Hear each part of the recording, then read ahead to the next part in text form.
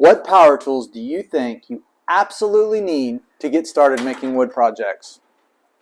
Hey y'all, I'm Andy, this is Epeiuscustoms Garage, and today I'm going to show you what 5 power tools I would choose if I was just starting out with 0 power tools. Please remember to hit like and subscribe button and ring that bell if you want notifications on future videos. I'm also going to show you a couple uses for each tool as well. Remember, this is only the power tools and does not include other things like tape measure, level, drill bits, and other consumables that are a necessity. I'll do another video on that. I'm going to link each tool here, and please, if you decide to purchase, I get a small cut, no extra cost to you. Remember to comment and give me some feedback. Enjoy.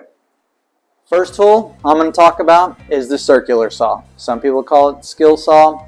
It's a handheld saw you can use to make straight cuts, often used to break up sheet lumber. I use it all the time to break up my sheet goods so I can bring them over to the table saw. Table saw is not something you have to have, in my opinion. You can get by with a circular saw.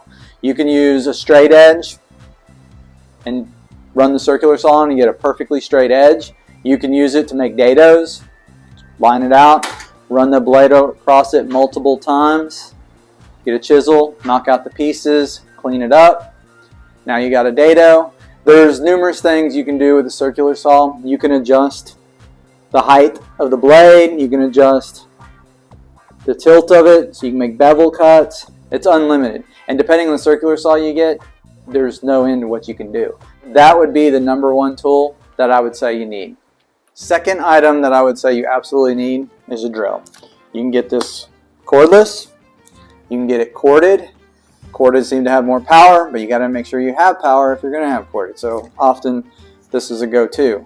You're going to need this for drilling your holes for screws. You're going to need it if you want to do dowel joinery, so run your holes for dowels.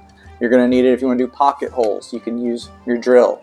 There's numerous kinds of bits. You got the paddle bits. You have the Forstner bits.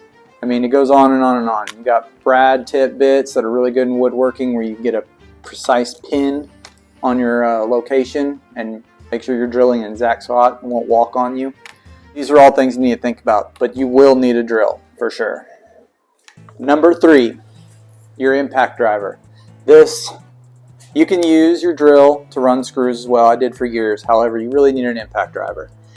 It's got different settings, so different torques. So if you're wanting to run something in nice and smooth and not crushing the wood, you can set it on a lower setting. If you really need to drive something in heavy, put it on a higher setting.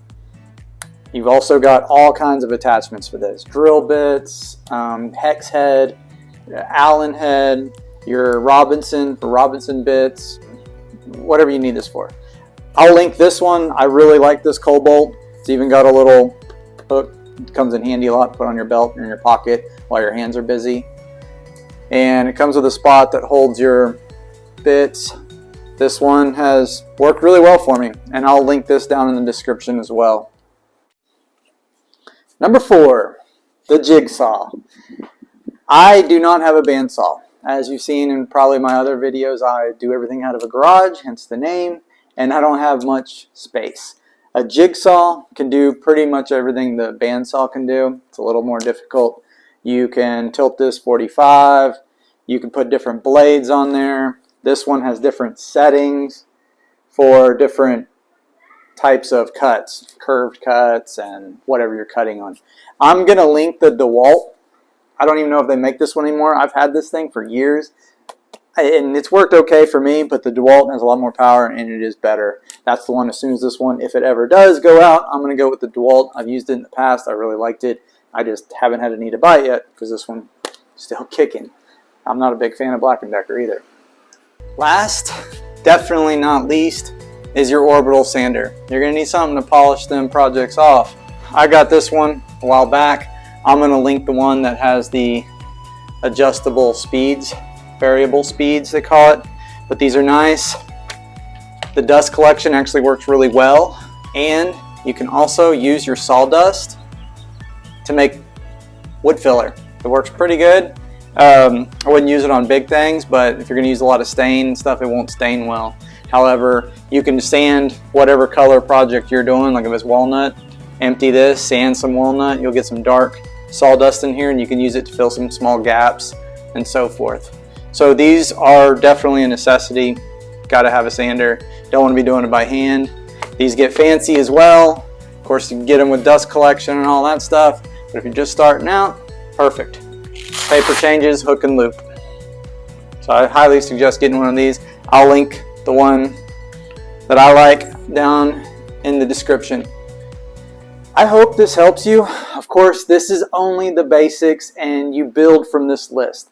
This should show you that you don't need a lot to start making cool projects. Y'all, stay safe and have fun. Andy out.